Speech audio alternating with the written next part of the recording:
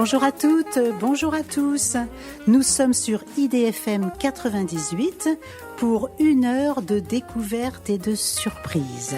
Merci à Philippe, à la technique, qui va nous assister pendant toute cette heure.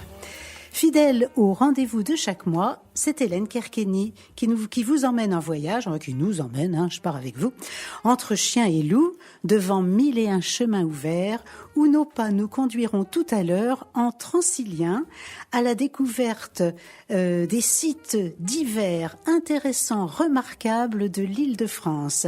Ils sont très nombreux et nous ne les connaissons pas tous.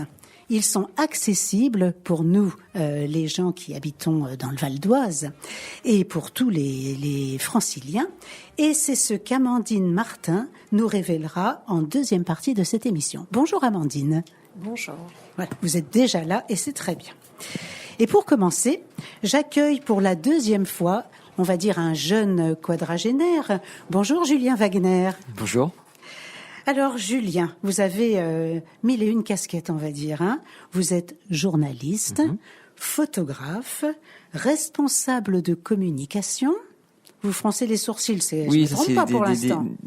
Responsable de communication, ce fut un temps. Ce fut un temps, mais ça fait partie de votre parcours. Oui. Vous êtes, alors ça c'est au présent, attaché de presse, comédien, metteur en scène, autodidacte, ça c'est pour à peu près toutes vos qualifications. On va dire ça, oui. On va dire ça. Alors, ce que je voudrais comprendre en premier, c'est le lien, parce qu'il existe, entre ces différentes activités. Car j'ai lu quelque chose que vous avez dit, que j'ai trouvé très joli. Vous avez dit, vous avez besoin de l'ombre du papier et des lumières de la scène. Vous l'avez dit, Julien? C'est possible. Oh, dites donc. C'est possible, je me souviens pas. J'espère que vous vous souvenez quand même de ce que vous avez dit. Vous êtes tout jeune. En tout cas, dites-nous le lien entre toutes les activités que vous pratiquez ou que vous avez pratiquées. Le lien, c'est l'écriture à chaque fois. Oui. C'est tout ce que je sais faire, c'est écrire. Donc, c'est déjà pas mal, ne soyez pas restrictif comme ça. Et donc, le fait d'écrire vous a permis d'être comédien ? Non, alors, c'est vrai que j'ai toujours voulu être écrivain. Ça, quand j'étais gamin, je parlais que de ça. Oui. De vouloir écrire et de vivre de ma plume. Et je voulais aussi être sur scène. Donc voilà, les deux facettes d'un même personnage. Et vous avez commencé à écrire à quel âge ? Quand j'étais petit, j'ai écrit plein de petites choses, oui. Oui. Ouais. Des petites choses comme quoi ? Je me souviens avoir écrit un premier roman quand j'avais une dizaine d'années. Ah. Après, dans ma tête, ça semblait un roman, alors que je le relirais maintenant, ça serait sûrement une petite nouvelle, je sais pas. Oui. Je n'ai aucun souvenir. Vous n'avez aucun souvenir, mais je suis sûre que vous vous souvenez du thème que vous avez abordé à 10 ans. C'est pas vieux, Julien?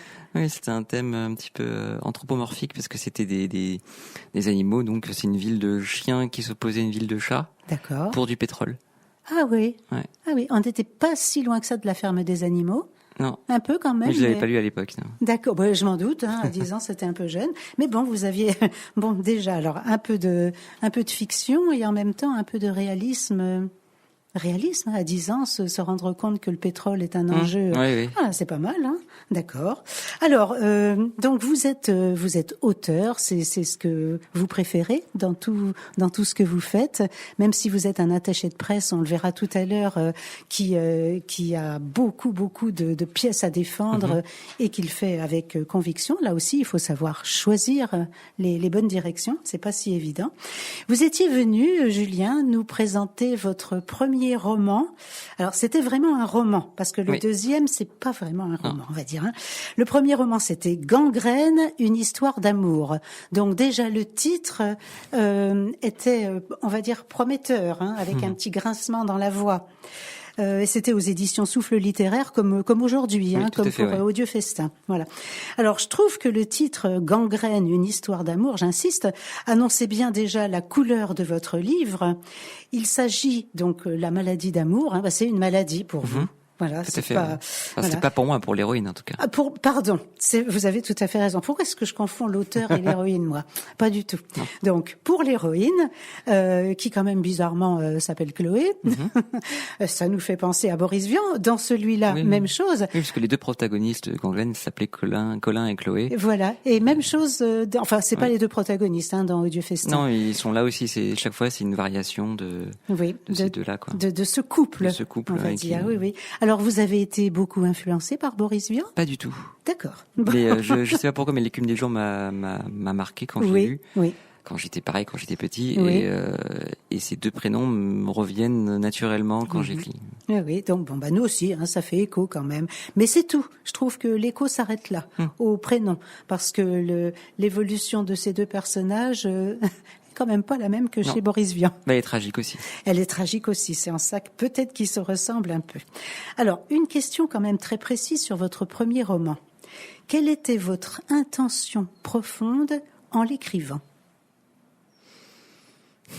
Je dirais juste me faire plaisir déjà. Oui. Tout simplement. Non, mais Vous aviez quand même un objectif voilà, le livre, je vais pas dire qu'il se termine pas mal. Il se termine pas mal. C'est pas une tragédie où tout le monde meurt. Non.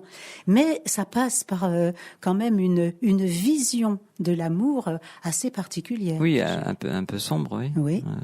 Mais je sais pas, je réfléchis pas en termes d'intention ou quoi. D'accord. Vous écrivez comme ça vous vient. Je sais où je vais. Oui. J'écris toujours en ayant en tête la fin. Oui. Et un point d'orgue au milieu, mais sinon j'ai pas d'intention particulière. Ah oui. Non. J'aurais cru pourtant. Non. J'aurais cru que c'était un petit peu quand même un avertissement, mais c'est pas ça. Non. D'accord. Non. Très bien. Donc parfait. Alors vous avez écrit aussi des nouvelles et des pièces de théâtre. Ouais. Et ça, est-ce que c'était un peu dans le même style que le premier roman et donc le deuxième ouvrage ? Est-ce qu'il y avait, disons, des idées qui éclosent dans ces deux œuvres ? Oui, toujours. Oui, il y a toujours une sorte de dysfonctionnement dans tous les personnages. Des incapacités en tout cas à se dire qu'on s'aime, ça c'est dans tout. Et puis le deuxième on va l'aborder tout de suite, mais dans cette vision quand même très pessimiste de l'humanité, est-ce que ça se reflétait déjà dans vos petites nouvelles? Ah oui, dans tout. Petites nouvelles, c'est un pléonasme. Et dans vos premières pièces de théâtre? Toujours. Ouais. Donc une vision sombre quand même. De l'humanité, oui. J'ai pas trop de foi en l'humanité. Non. Oui, vous êtes un pessimiste, Julien. Un réaliste, j'ai envie de dire. D'accord. Bon, alors nous sommes les deux opposés, sachez-le. Donc je vais aller vous pousser un peu dans vos retranchements. Vous venez donc de publier votre deuxième ouvrage, toujours, je le répète, aux éditions du Souffle littéraire. Donc ce n'est pas un roman, c'est une pièce de théâtre. Donc c'est évidemment destiné à être joué. On va en parler tout à l'heure. Le titre est toujours un peu en oxymore. C'est odieux festin. Enfin, en festin, en principe, c'est fait pour réjouir. Là, il est odieux, mais dans l'adjectif odieux, c'est vous qui nous expliquez ce titre. Pourquoi est-ce que moi, je suis en train de faire une explication de texte là. Le titre, vous, Julien. À la base, il s'appelait autrement. Il s'appelait Banquet final. C'était déjà, disons, moins marqué. Oui, mais ce titre ne me plaisait plus, ne me convenait plus. Pourquoi ? Ça faisait un peu Platon ? Non. Non, pas du tout. Je sais pas. Enfin, tout d'un coup, ça n'allait plus. Enfin, je sais pas comment l'expliquer. D'accord. Il me fallait un truc plus marquant. Oui, ça l'est, hein. Et aussi parce que, dans Odieux, il y a le mot Dieu. C'est ça. Qui est effectivement une des trames du livre, enfin de la pièce. Tout à fait. Alors, on va un petit peu parler de cette pièce. Donc, moi je dirais que c'est une tragicomédie. Oui, c'est ça, oui. Absurde, et qui parle de l'absurde condition humaine. Alors, c'est pas Camus, mais c'est pas loin, dans la vision du monde en tout cas. Donc c'est une pièce en 3 actes. Alors on va laisser les auditeurs et les auditrices découvrir par la lecture et puis j'espère bientôt par le spectacle ce que ce repas entre voisins va révéler, mais on va quand même leur donner envie, Julien, de plonger dans le texte sans trop le dévoiler. C'est un petit exercice que vous allez faire avec moi. Alors d'abord, vous allez nous parler du choix de la couverture. Allez. Qu'est-ce qu'elle représente, cette couverture, que les auditeurs, les auditrices puissent l'imaginer? Moi, je l'ai sous les yeux. Oui, donc c'est une sorte de chapeau haute forme duquel surgissent des mains contenant donc une fourchette, couteau, verre, etc. Donc le côté festif effectivement de ce repas, et en même temps, je sais pas, je trouve que ça ressemble un petit peu à ce que faisait Topor. Oui. Et à ce qui se fait comme affiche au rond-point. D'accord, oui, d'accord, je vois. Voilà, c'est le genre là. Oui. Avec quand même des jambes féminines. Oui, parce que ça reflète un petit peu chaque personnage. D'accord. On va dire. Voilà. Et ce chapeau, évidemment, c'est un chapeau de magicien. Il est noir avec un ruban rouge. Ça fait un peu diabolique. Bon, c'est ce que vous avez voulu dire. Qui est-ce qui a dessiné l'illustration de couverture? C'est l'illustrateur de la maison d'édition qui s'appelle Julien Schwartz, je crois. D'accord. Et donc c'est lui, sous vos conseils, qui a... Alors à la base, j'avais suggéré autre chose, ce que j'imaginais en tout cas pour l'affiche du spectacle, quand il se fera, j'imaginais au contraire, une sorte de table avec tous les convives tout autour. Oui. Et elle se lézarde au milieu, le sol se dérobe sous leurs yeux. Oui, c'était une idée. Plus difficile à faire, et du coup, on est parti sur cette idée-là. Je la trouve très suggestive en tout cas, j'aime beaucoup. L'illustration de la couverture. Alors, avant de rentrer vraiment, nous allons déjà nous mettre dans l'ambiance avec un titre de Calogero qui s'appelle La fin de la fin du monde. Voilà, c'est la magnifique musique et les paroles aussi prenantes de Calogero, La fin de la fin du monde. Alors, j'ai choisi ce titre, mais il est carrément en opposition avec ce que vous voulez dire, vous, Julien, puisque vous parlez de la fin du monde et pas de la fin du monde. On est à la fin du monde. Une vraie fin, oui. Voilà, une vraie fin, exactement. Alors, on va partir du début de votre pièce. Comment ça commence ? Donc c'est le soir de la fin du monde. Donc tout le monde est au courant, c'est inéluctable. Voilà, on est comme dans Mélancolia où on attend la planète qui arrive. Voilà, donc dans cette atmosphère-là. Voilà, et donc il y a 7 voisins qui décident de faire une dernière fête des voisins dans la cour d'immeuble, parce qu'ils n'ont pas le choix. En fait, ils veulent pas mourir seuls, en fait, tout simplement. Même s'ils ne s'apprécient pas forcément, mais c'est juste l'idée de ne pas mourir seul. Voilà. Et donc ils décident de faire ce repas et de le rendre le plus festif possible, entre guillemets, jusqu'à l'arrivée d'un 8e convive. Voilà. Alors donc, vous allez nous parler un peu des personnages, mais moi j'ai retenu dans la bouche d'Élise, un de vos personnages, une façon de les présenter que je vais lire, et puis après vous allez dire si c'est la seule façon de les aborder, ces personnages. Alors c'est Élise, un des personnages, qui dit: toi, la bigote et sa gourgandine, la brute épaisse, la tapette du deuxième, la vieille cinglée et moi, ça fait 7. D'ailleurs 7 comme par hasard, mais on y reviendra tout à l'heure. Est-ce que c'est une bonne façon de les présenter, Julien ? En tout cas, c'est sa manière de les voir, mais oui, ça ressemble peu aux pros, à leur caractère. Oui. Voilà. Donc, ce sont quand même des types bien personnalisés, on va dire, et qui chacun, bien sûr, ont leurs qualités et leurs défauts. Et vous accentuez quand même bien les défauts. C'est fait exprès parce qu'après, on sait pourquoi ils sont comme ça. Voilà. Alors, comme vous le disiez tout à l'heure, il faut noter la présence, comme dans votre premier livre, donc déjà du couple des jeunes Colin et Chloé, et des petites allusions à Victor Hugo dans cet inconnu. Enfin, moi, il m'a semblé, vous savez, il y a un poème que j'aime beaucoup qui s'appelle Le Mendiant, et il a ce manteau qui est tout troué, mais Victor Hugo, il voit les étoiles à travers la lumière de ce manteau râpé. Alors, j'ai trouvé, moi, à un petit moment donné, un petit écho, voilà, comme il y avait un petit écho à Camus, un petit écho aussi à Victor Hugo. Alors, les répliques, elles sont souvent drôles, elles sont percutantes. Il est beaucoup question dans votre pièce de théâtre d'allégresse, bizarrement. Le mot allégresse, je ne sais pas combien de fois il revient, de rire. Un personnage, oui, qui le dit tout le temps. Voilà, rire. Alors, il y en a un autre qui rit tout le temps, même si on sent que... C'est de malaise. Voilà, c'est pas vraiment un rire naturel qui vient du cœur, on va dire. Donc ça, le comédien qui jouera, ça sera pas évident, il me semble. Et puis, voilà, il y a de la bonne humeur à tout prix. Alors, dans quel but est-ce que vous contrebalancez comme ça cette perspective presque immédiate, puisque c'est dans la nuit que ça va arriver? J'ai pas compris la question. Je vous demande dans quel but vous mettez un peu de force l'allégresse représentée par un personnage, la bonne humeur, le rire forcé. J'ai pas envie que, enfin, on se dit voilà, la fin du monde, j'ai pas envie que ce soit des lamentations, j'ai pas envie que ce soit quelque chose de triste, de pesant, etc. C'est grinçant en même temps, oui, hein. C'est jamais vraiment détendu. C'est pour ça que je voulais contrebalancer par des gens qui se forcent à être heureux, pour mourir, on va dire, dans la joie plutôt que voilà, que la douleur, mourir dans la joie, ce qui est quand même assez original. Même si c'est une joie forcée, effectivement. Oui, exactement. De toute façon, là, dans cette atmosphère, on n'a pas le choix. On est tous, embarqués dans la même galère.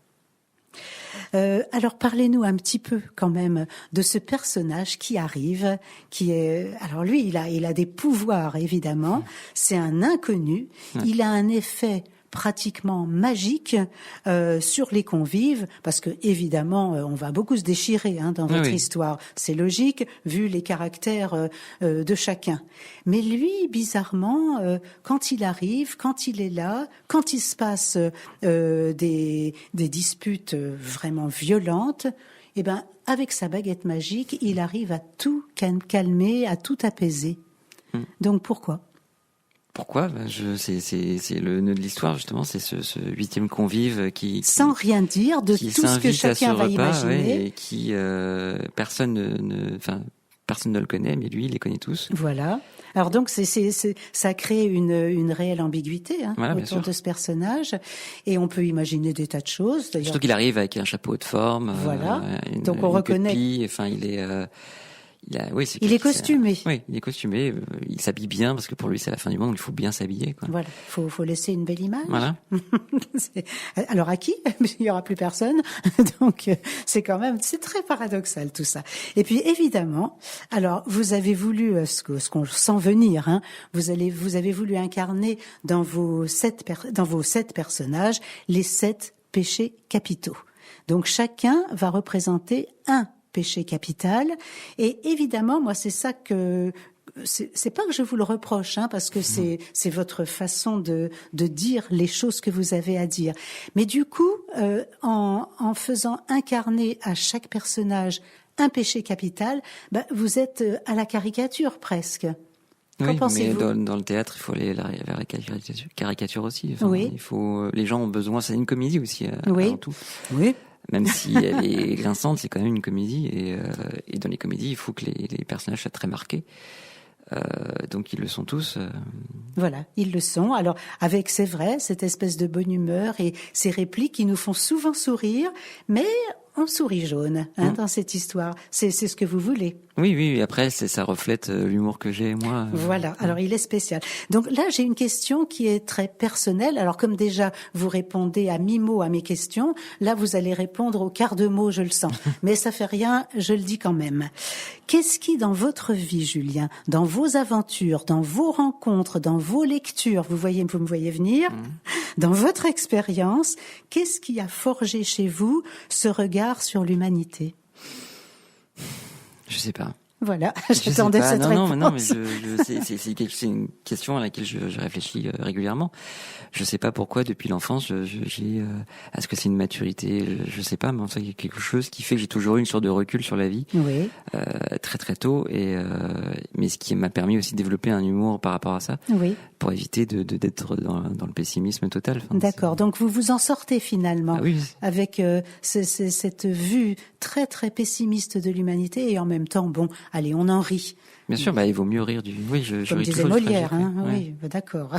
Il vaut mieux en rire que d'en pleurer. Ça, c'est vrai. C'est une pièce de théâtre. Est-ce qu'elle a déjà été jouée ? Pas encore. Est-ce qu'elle va l'être ? Elle a failli être jouée plusieurs fois, mais à chaque fois il y a eu des impondérables qui ont fait que ça a été que c'était la fin du monde, annulé, etc. D'accord. Donc là, normalement, si tout se passe bien, ça devrait être joué en 2023. Ah, c'est proche quand même. Oui. Est-ce que vous nous en dites un petit peu plus ou pas ? Je sais qu'il y a un producteur qui est très intéressé. D'accord. On avait commencé à faire des démarches auprès d'un grand théâtre, d'une grande distribution, etc. Mais tout a capoté avec tout ce qui se passe en ce moment. Donc on attend. Et quand vous êtes presque prêt, vous venez nous dire où et quand, s'il vous plaît, et nous parler un peu de la mise en scène.